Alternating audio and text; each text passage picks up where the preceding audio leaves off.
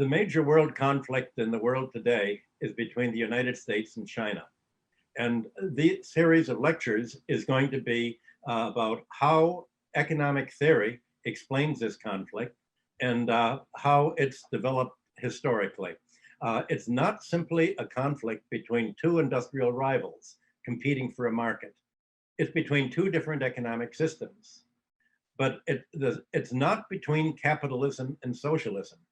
It's between the logic of an industrial economy and the logic of a financial economy, finance capitalism. The United States is deindustrializing, and it's also financializing.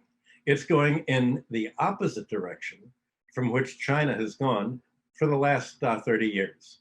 Now, that makes the kind of capitalism that we have in the United States very different from the capitalism in Marx's day and from the capitalism in America's 19th century when it really took off.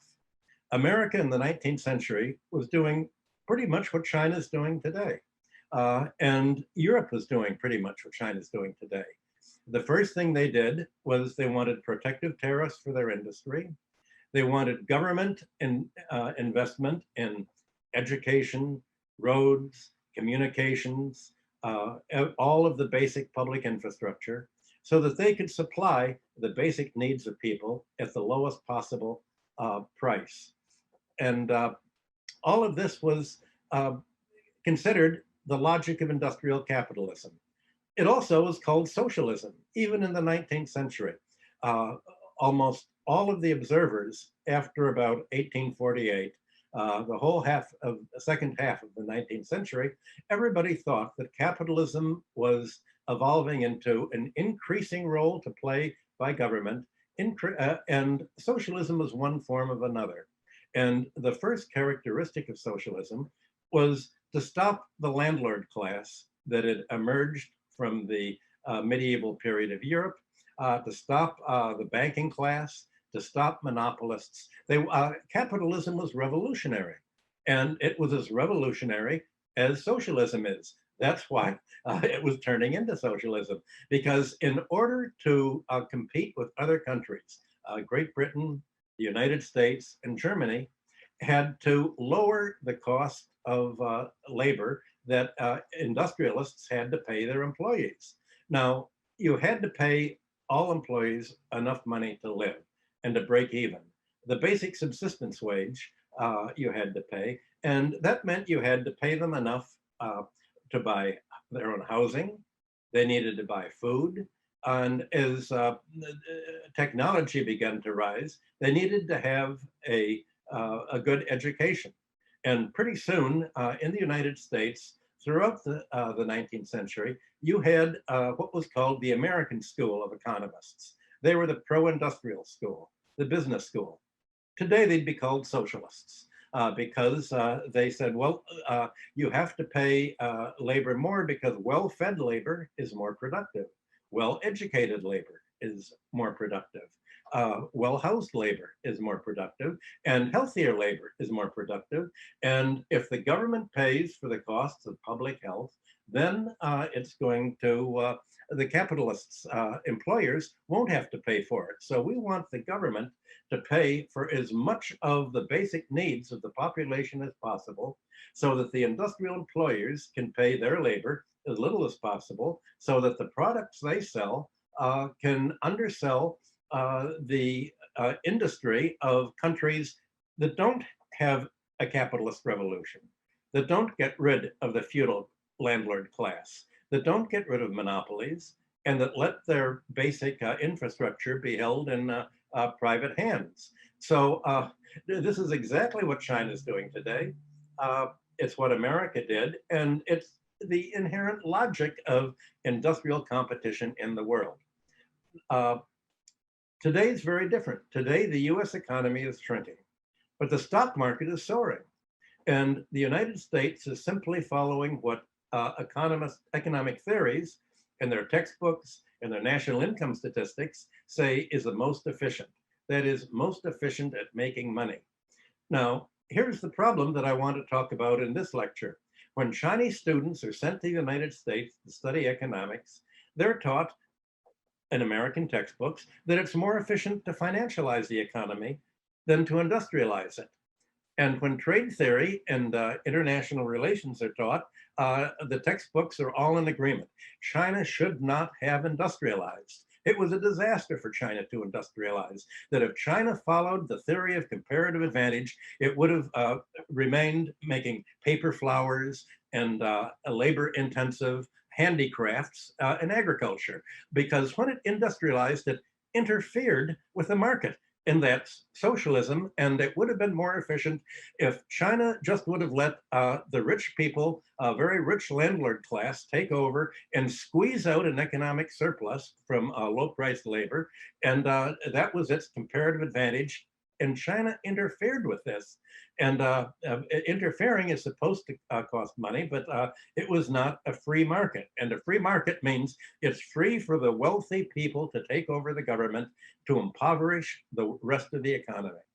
That's the opposite of what Adam Smith and John Stuart Mill and all of the 19th century people defined as a free market. They said a free market is a market free from rent, free from the rentier class, that is the rent extracting class, a whole class of people who made money not by being part of the production process, not by innovating or playing a productive role at all, but just collecting rents on how being a landlord, being a monopolist, and extracting money.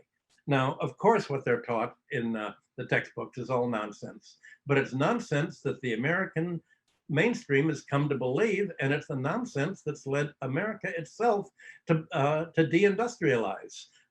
And that's why the housing costs are so high. In New York, the average, New York City, the average rent is $4,000 a month.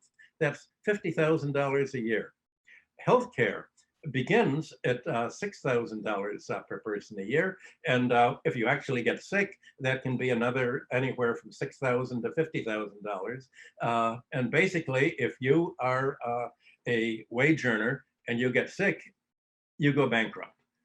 Because the healthcare is so expensive in the United States. That's what's happening today. Because we have the pandemic on, there's maybe 40 million unemployed. During the pandemic, people have not been able to pay their rent. All of a sudden, there are going to be millions of people in January that are evicted from their houses for not paying rent. Already 70% of the restaurants in the United States and the hotels have closed down.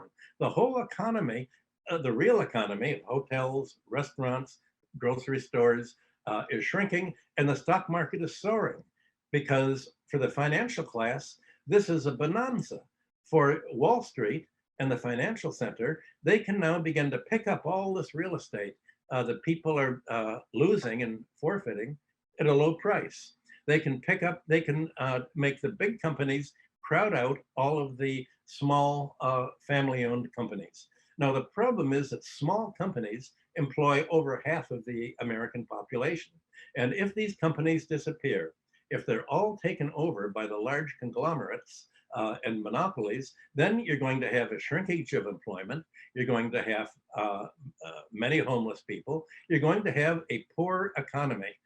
And the economic textbooks say that's the way to get rich. You can make money and get rich fastest when the economy is shrinking. Adam Smith said that profits are often highest when the economy is going fastest to ruin. And that's what's happening today. There's a gravitization, as the Russians call it. There's a grabbing of assets. There's a grabbing of property. What is remarkable is when you look at the statistics that compare the United States gross domestic product, GDP, the American economy seems to be getting richer, even as there's mass unemployment, even as there are evictions, and even as it's getting poor. And the reason is because when housing prices are inflated, when the stock market is inflated, when people are making money not by producing goods and services, but by owning stocks and bonds and real estate, they're getting so much richer that this is counted as an increase in GDP. If you have to borrow more money to buy a more expensive house, and the house prices are inflated, and everybody has to pay more money to rent an apartment, then that's counted as an increase in GDP, as if this is actually a product. And the product is simply the rise in the cost of housing, the rise in the cost of education. There's no distinction between productive and unproductive labor. And you can imagine that if Americans were to be given all of their food, all of their clothing, everything they need for free, they still couldn't compete with Chinese labor or Asian labor or other countries' labor, because the cost of housing and healthcare, insurance, and taxes alone are way more than labor earns in any other foreign country. There's an enormous amount of medical care as a result of the pandemic. The pandemic has pushed up GDP because you spend much more money on doctors, on medical services, on hospital visits. It costs $20,000 to be taken by a helicopter to the hospital if you're in the countryside, or if you're the President Trump and have to be carried across town. This expensive economy is considered how to get rich. And there's no distinction between economic rent, which is unearned income, and actually producing goods and services and profits. And yet that's what classical economics is all about a century ago. The profits were something that the industrialist makes by hiring labor to produce goods to sell at a markup. And rents are something that a landlord gets just for inheriting property and charging more for it. It's something that a banker gets just for creating money and charging interest to people who need it. It's what a drug company will get to say, well, we have a test for coronavirus. It's going to cost you $2,000 to take the test. That's what it costs in the United States. So the medical costs go up, the cost structure goes up. That's considered actually producing more. And of course, this is so much nonsense that I don't think it's hard for other countries to really believe it if they don't look at how the statistics are put together. But there's no university that I know of in the United States that teaches how do you look at the gross domestic product statistics. What do the national income statistics mean? What are the balance of payment statistics? I taught this 50 years ago, but the course I was giving were the only ones. So I think these if you look at the list of billionaires in the United States today, they're not industrialists. They're financial and banking tycoons. They're monopolists. They're absentee landlords. But industry itself has been taken over by the financial sector. And in practice, it's been deindustrialized. In the United States, more than 90% of the corporate profits are not used to expand the business. They're not used to start new factories. They're not used to employ more people. They're used simply to pay out as dividends or to buy back their shares. And if you use your profits to buy back the stock in your company, that pushes up the stock price. And companies are run not to produce more goods, not to employ more, not to produce more output or to even make a profit, but to increase the stock price. So economics is really all about wealth, and basically financial wealth, and claims on the real economy.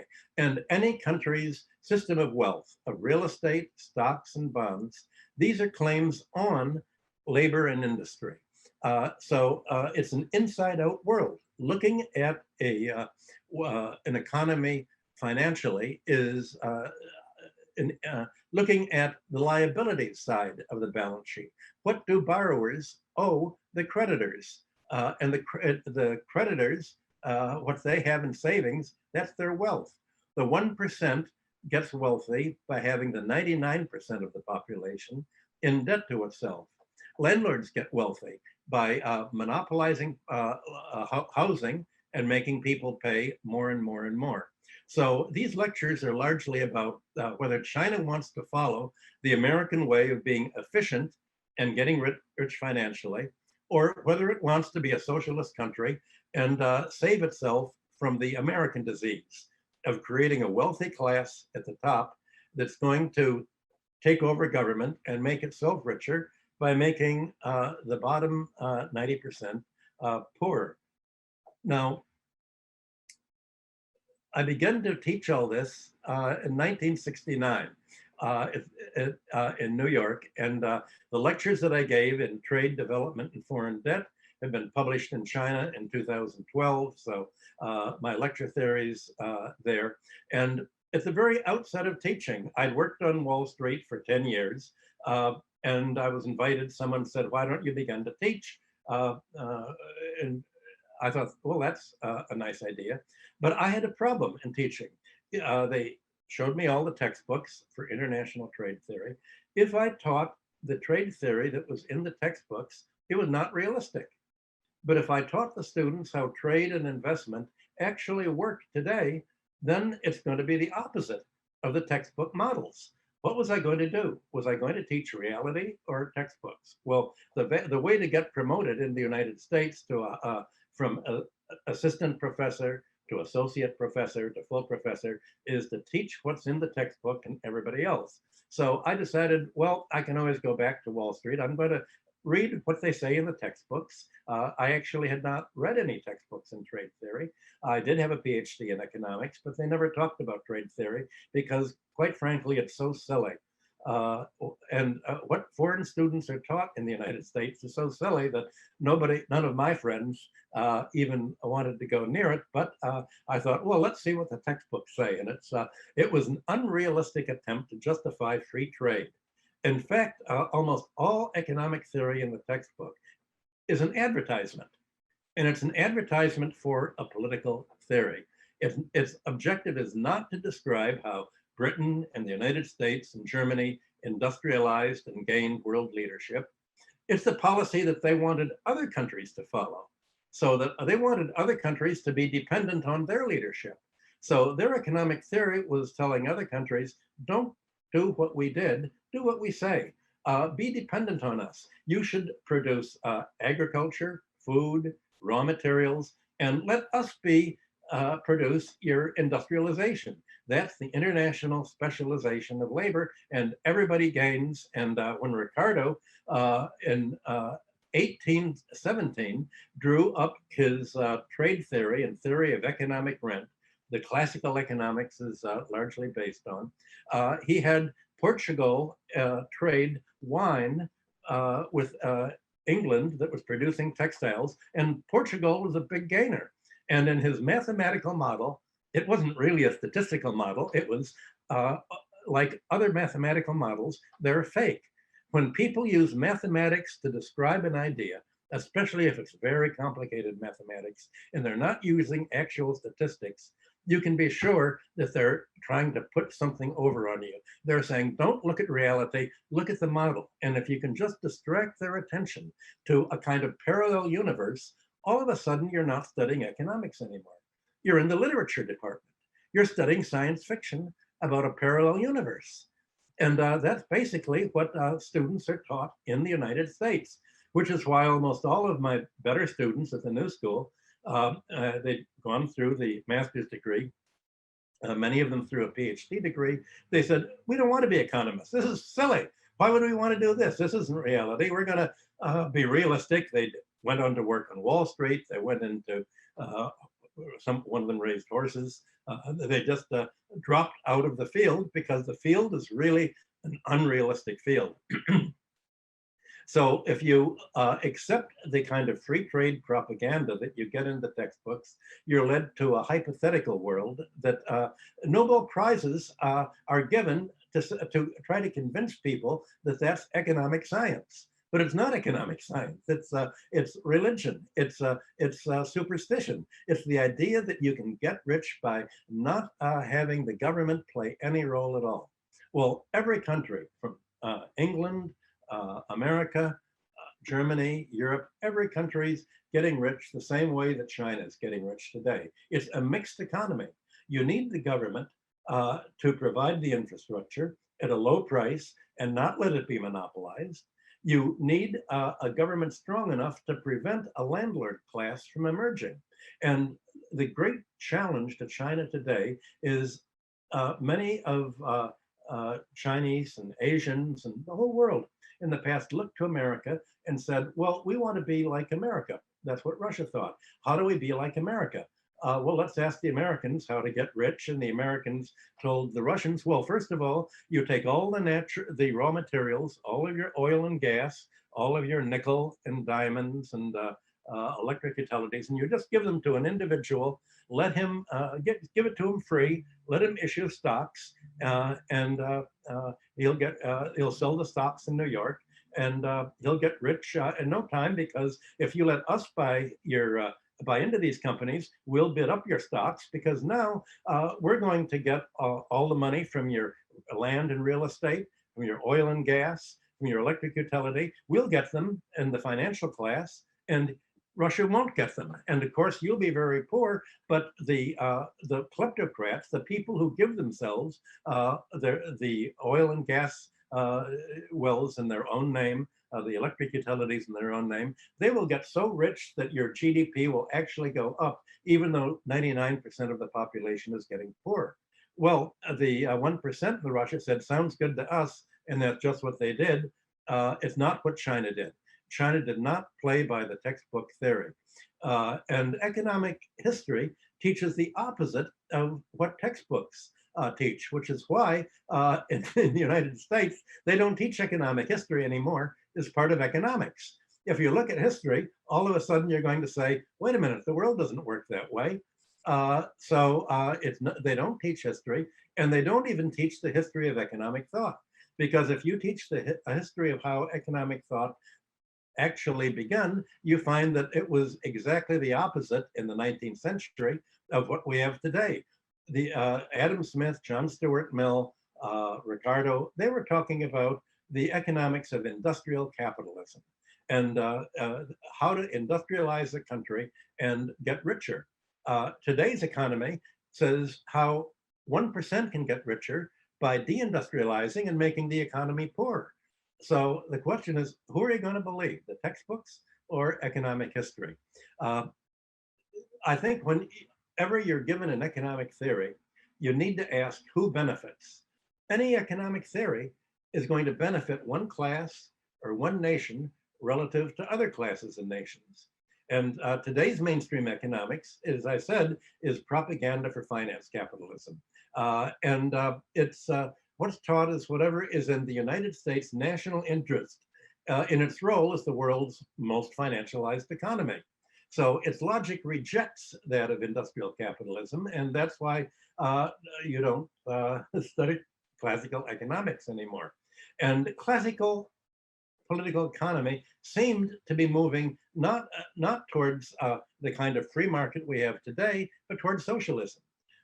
It had from Adam Smith to Ricardo, John Stuart Mill to Marx, to Thorstein Veblen, all of the classical economists had one common denominator. They advocated that you have to tax the land rent to prevent a landlord class from getting privilege, that any country's taxes should be on land rent, because if you don't tax the land rent, everybody wants housing. As population increases, as the economy gets richer, as cities build sewers and infrastructure and transportation and parks and museums, obviously the rental value of any house is going to go up. Now, what if this rent, this added value, is left to bankers, it's not taxed, then people are going to have to borrow more and more money. And the banker is going to end up with all the rent. And the bankers today are in the same position that British landlord class and Europe's landlord class was in the past. But if the government taxes away the land rent, then housing prices are going to be kept down. I'm going to discuss this more in chapter 4, which is going to be all about land and real estate and food.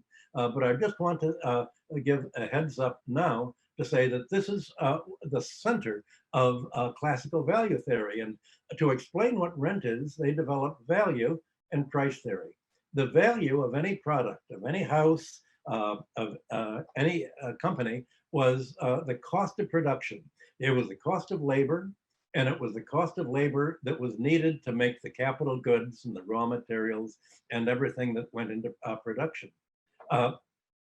But prices often were higher than this value. And what was higher was something that didn't have any cost counterpart in the cost of production. It was something that was for free. Nature produces the land for free. The land is there. The question is, who's going to get the value of the rising housing valuation? Will it be the government, in which case you can own the house? And I think ever since 5,000 years ago, everybody wants to have their own house. They want to own their own house. The question is, if their house gets more valuable, they're supposed to at least earn enough money to pay the carrying charges, to pay the rent.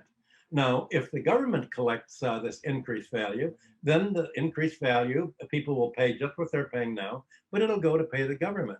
But if the government doesn't collect this increased value, then the bankers are going to lend it to somebody to buy, and the bankers are going to get it. So the question is, who do you want to be the beneficiary of prosperity?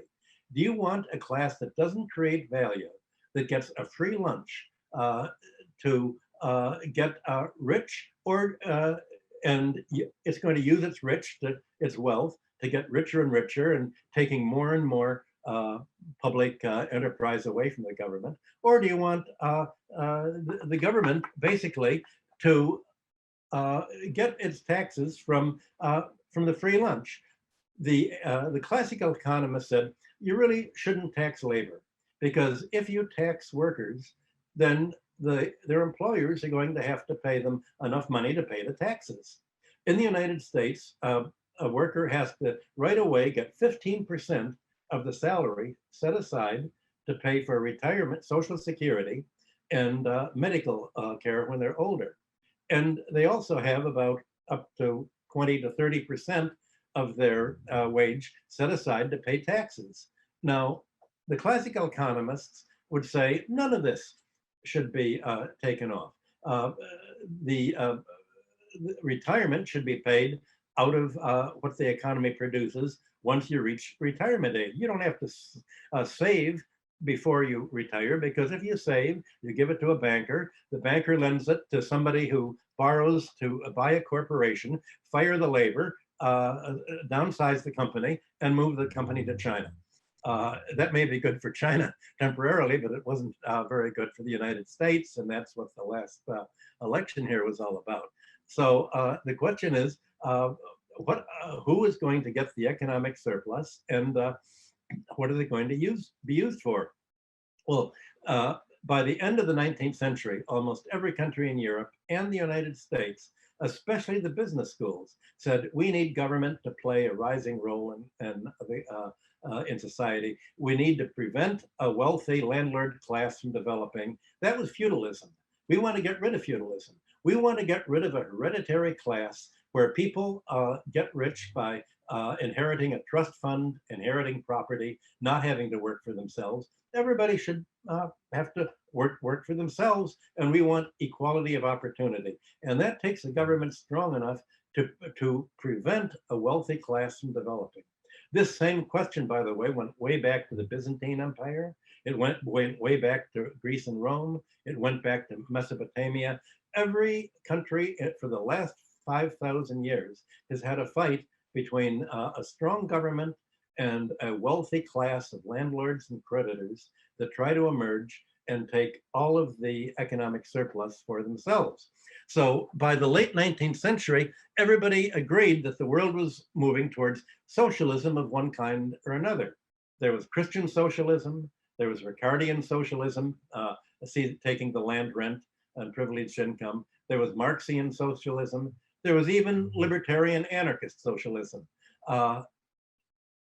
Then came, all this changed in World War I.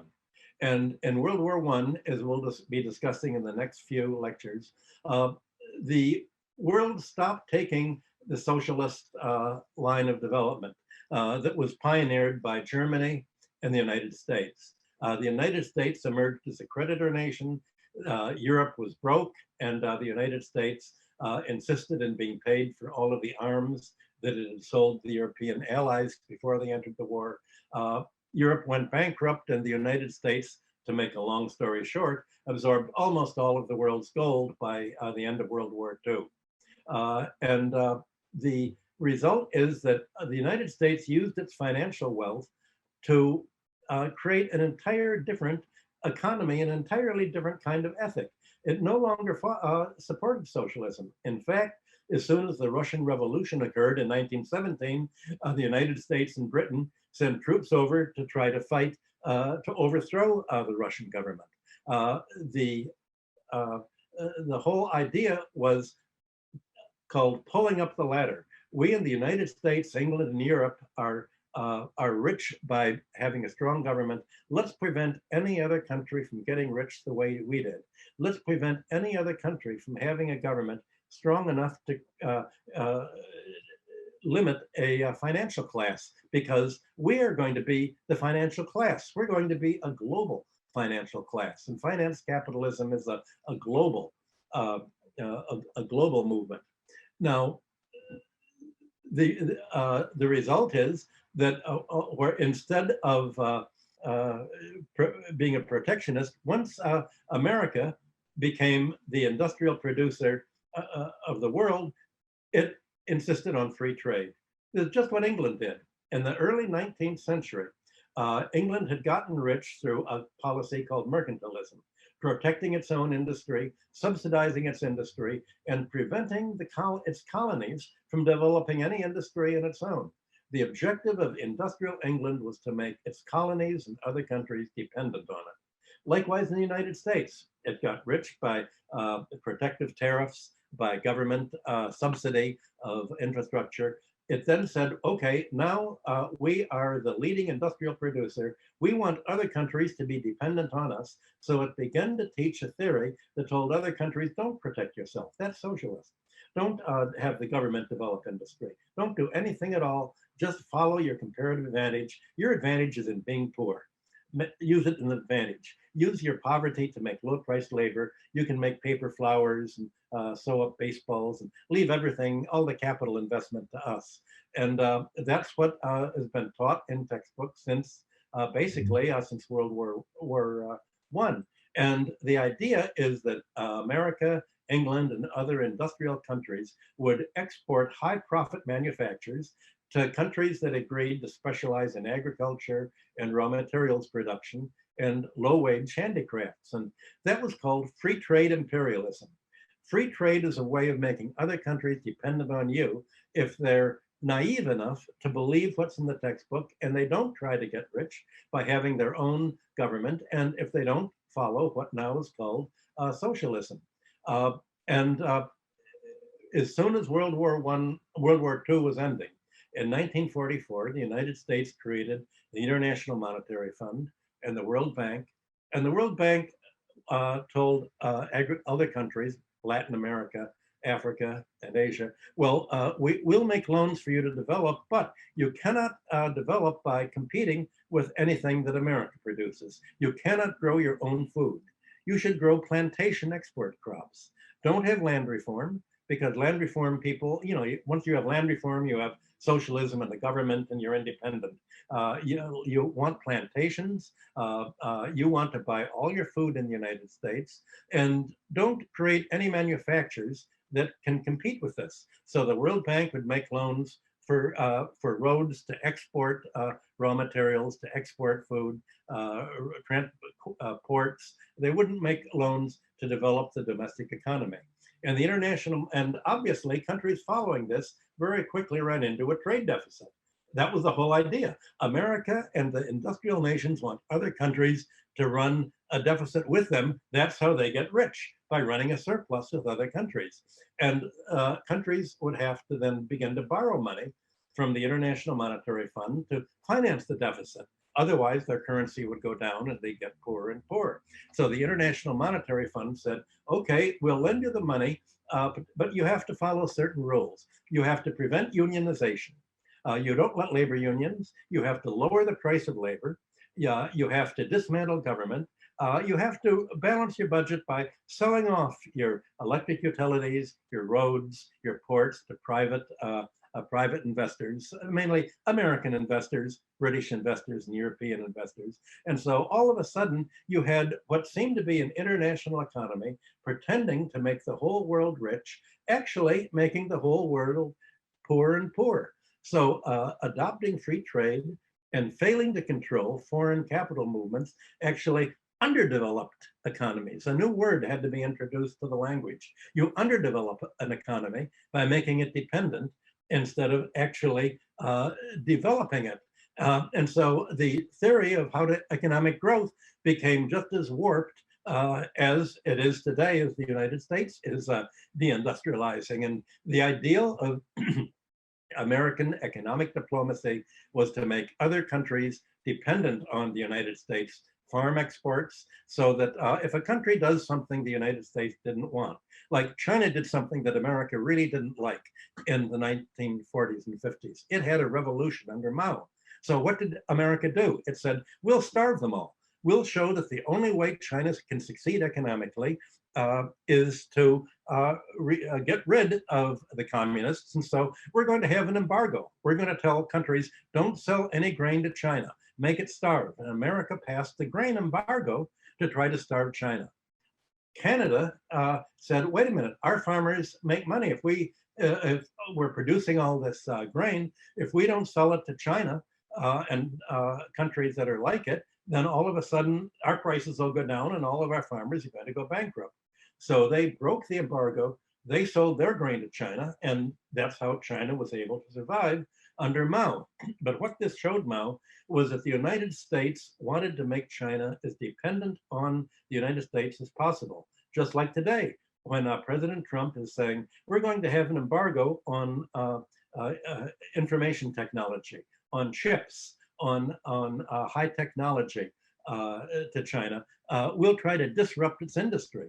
The United States strategy is to be in a position where it can disrupt the economies and the industrial production of China or any other country that doesn't agree to sell off its economy to American investors, to make American banks come in and end up getting all the benefit of higher Chinese housing prices, let Americans buy out your companies, as Trump is insisting that TikTok sell its company to America free, just as if you're going to have to grab it. And then we're going to pay you something for it, but then we're going to tax what you get. It's simply an asset grab. The new kind of warfare in today's world is economic warfare. It's not military warfare, it's economic warfare. Part of the economic warfare is intellectual and ideological warfare, and that's what Chinese are taught when they're sent to the United States to study. I don't understand why China would send its students to the United States to study economics when the way that China is managing its own economy is the opposite of everything that is taught in the textbooks, because, as I said, every successful economy is a mixed public-private economy. And the most important sectors to keep in public hands are public utilities, banking and credit. China does this. In the United States now, there are a lot of bankruptcies of companies. When a company is bankrupt, the banker and the bondholders take over, and they sell to the highest bidder at a fraction of the actual price. Just as when they foreclose on a house, they'll sell the house at an auction at a low price. Now, many Chinese companies also are not able to pay the money that they've borrowed from the Bank of China. But the Bank of China is very different from a private banker in the United States. The Bank of China says, okay, we understand that you can't pay the debt that you're scheduled to pay. What are we going to do? We're not going to shut you down. We're not going to make you fire your workforce. We want to keep you in business because you're our means of production. So we're just going to write down the debt to what you can pay. We're going to provide you with enough credit that you can create your factory, you can buy your raw materials, but we want to, when you can't make a profit, and pay the interest and the debt that we've given you, we're not going to shut you down, because otherwise we're going to have mass unemployment like the United States. China runs its financial system to allocate resources to keep its economy growing. And the reality is that in every financialized economy, it's centrally planned. America is more centrally planned than the Soviet Union was. America is the most centrally planned economy in the world, but it's planned by Wall Street. It's planned by the financial sector. It's planned by the bondholders. And the fact is they're awful planners. Their planning is what's bankrupted the country. Their form of planning is what is deindustrializing the United States. China's planning does not bankrupt the country. China's planning, still, it's the Bank of China, it's the government that decides who's going to get the credit to build what factories where, to build houses, to house the Chinese, to build roads, to build the communication system and the infrastructure and the telephone system. But its aim is industrial engineering, not financial engineering. Somehow in the United States, the fact that finance and credit and money is the central planning thing has led the United States to abandon industrial engineering and to do financial engineering, whose objective is not to produce more goods and services. It's simply, as I said, to increase stock prices, to increase housing prices, and all of this is increased by debt. You borrow more money to buy a house. And people will say, I'm getting rich, the house is worth more, but it's getting worth more because you're borrowing more and more money to the bank, and you have to pay more and more interest charges on your mortgage. And while you think you're getting rich, you're actually getting more and more in debt. But strange as it may seem, debt is not included in the economics models. It's not included in the curriculum. Just like the GDP statistics don't include, they count disease as increasing GDP.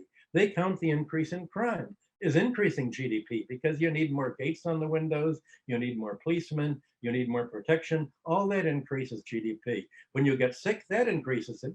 Hospital expenses go up, you need more doctors' payments, you need more drugs.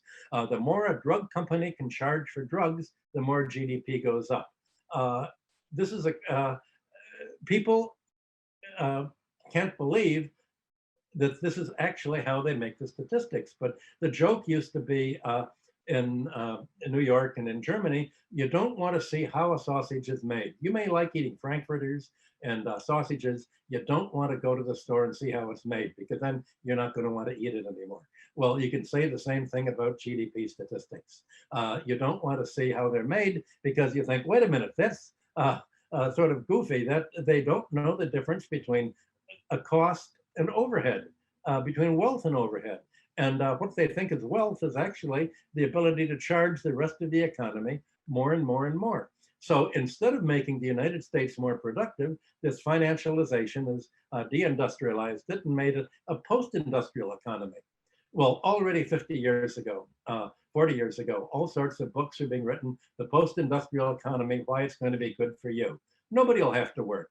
We can all live on by saving money and putting it in the stock market and live off the rising value of our houses.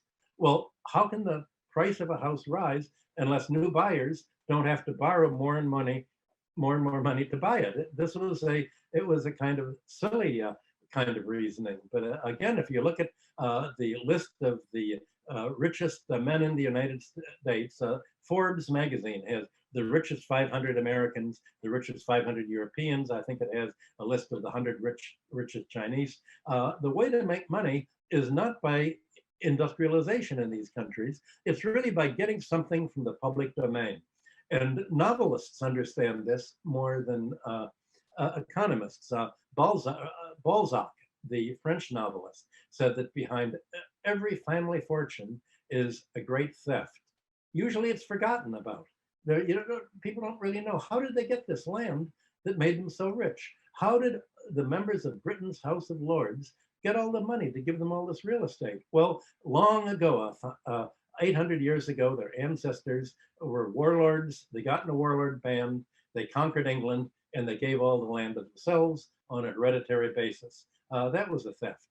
In the United States, in the 19th century, the railroad barons essentially bribed politicians to give them land around the railroads. They became the richest people. Almost every country has rich people privatizing something from the public domain, whether it's national forests or water rights or land rights that you seize from the Native Americans.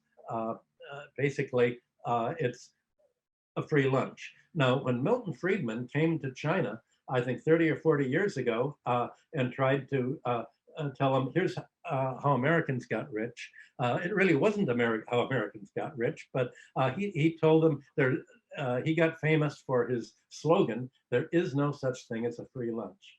The reality is, economics is all about how to get a free lunch. You get rich by exploiting somebody, by getting something for nothing. You can take their land, push them off it, and then you can charge them rent for it. That's how the Romans got rich in antiquity.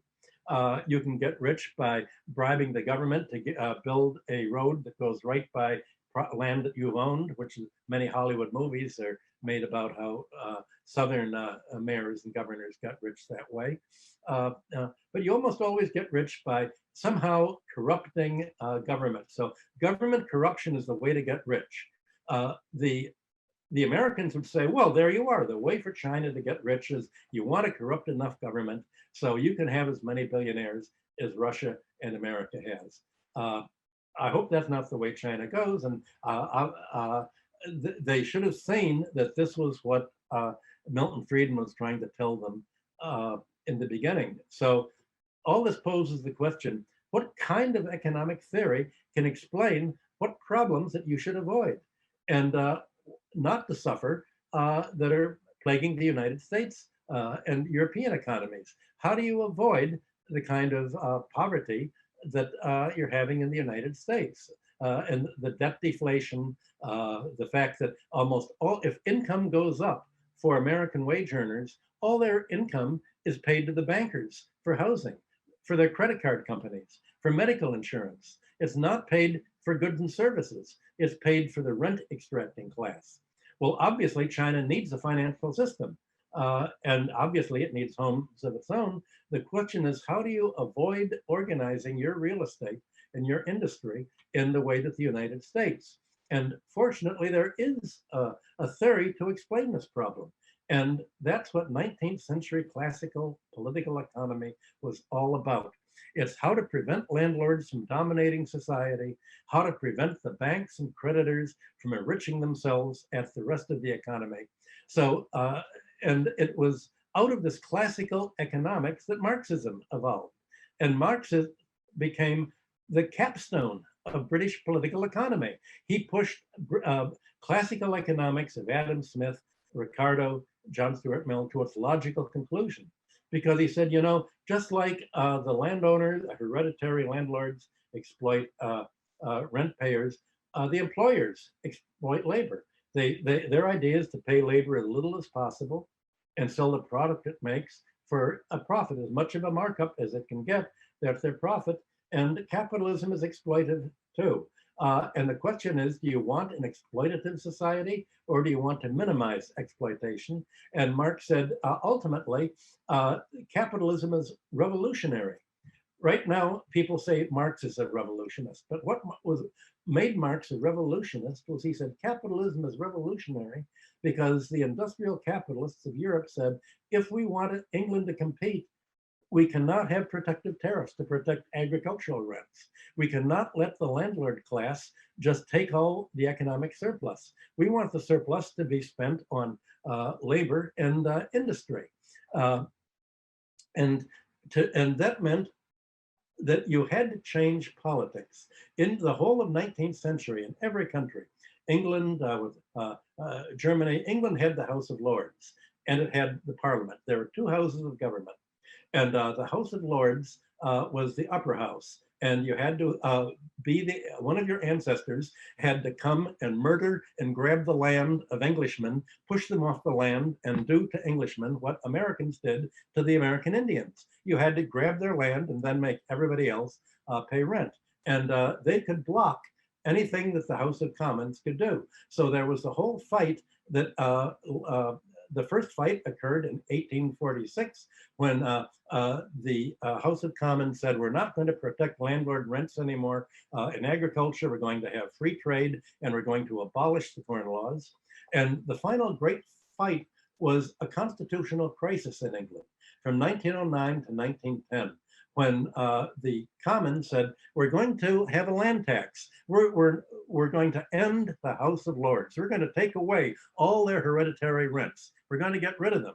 That's going to be the taxes. They're going to have to actually go to work for a living now for the first time in 1,000 years. And the House of Lords naturally vetoed the bill. There was a crisis, and in 1910, the English system was revised so that the House of Lords no longer could revoke a revenue bill passed by the House of Commons. By that time, unfortunately, England was already moving towards war, and it never did have a land tax.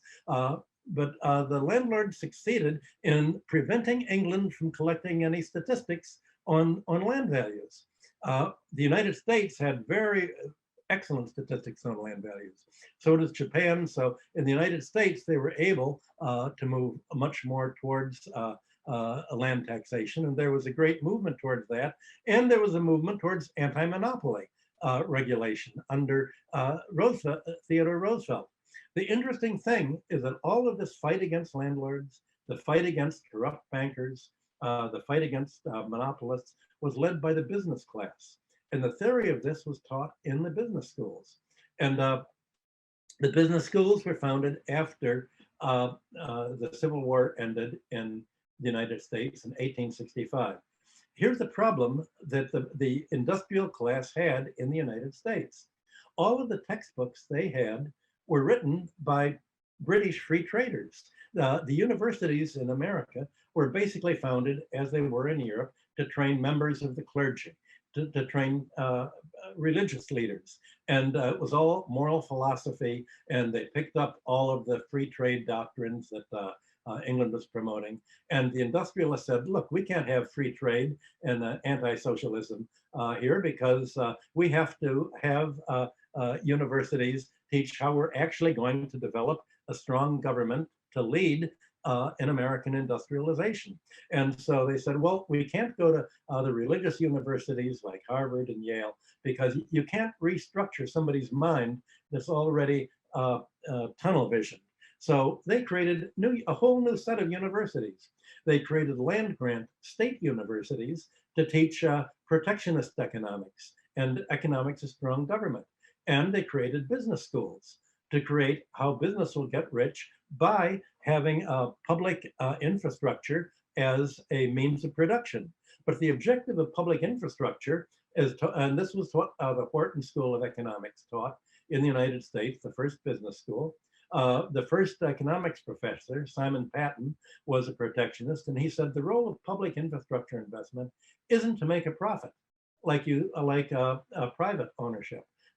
The purpose of private investment in infrastructure is to lower the price of education, lower the price of roads, lower the price of getting health care, lower the prices that the economy needs for its basic needs, so that it can function at a low price, so that our industrialists can afford to undersell other countries. That's how America got rich. And that's exactly what China is doing today. But it's exactly what's not taught in the textbook. So the only way that China can actually learn from the United States is to learn how it got rich in the 19th century, and to learn how England and Germany and Europe got rich. And that's to discuss essentially value, price, and rent theory, and to focus not so much on exchange and income, but on wealth. And if you look at wealth, stocks, bonds, housing, assets, wealth is much larger than income, and it's distributed much more unequally. I think 1% of Americans own about 60% of the stock market. This is much more than 60% of the income. But if you can control the wealth, then you can control the system of who gets the income of debt and credit, and essentially you end up with a centralized economy.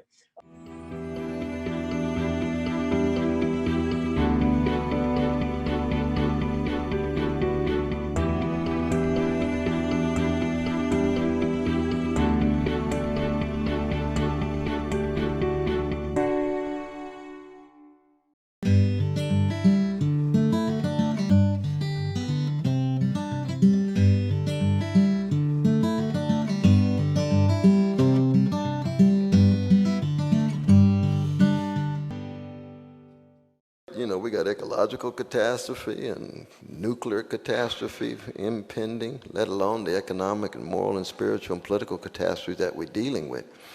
And the elites tend to be not just unaccountable, but more and more they are extensions of big banks and big corporations under highly financialized monopoly capitalist civilization. And we see it in the schools, the privatizing, the pushing out of public spiritedness, pushing out of arts programs. You know, you see it in workplace where profits breaking records, but wages are stagnating. And we can go on and on. You see it in universities, I mentioned before, tied more and more to contracts and big money and outcome analysis in terms of who can produce knowledge that pays. Now, Edward Said turns over in his grave. You talk about knowledge that pays. How do you put a price on critical consciousness? How do you put a price on dignity? How do you put a price on integrity and honesty? They're priceless. But yet we in our market-driven world, looking for the short-term outcome.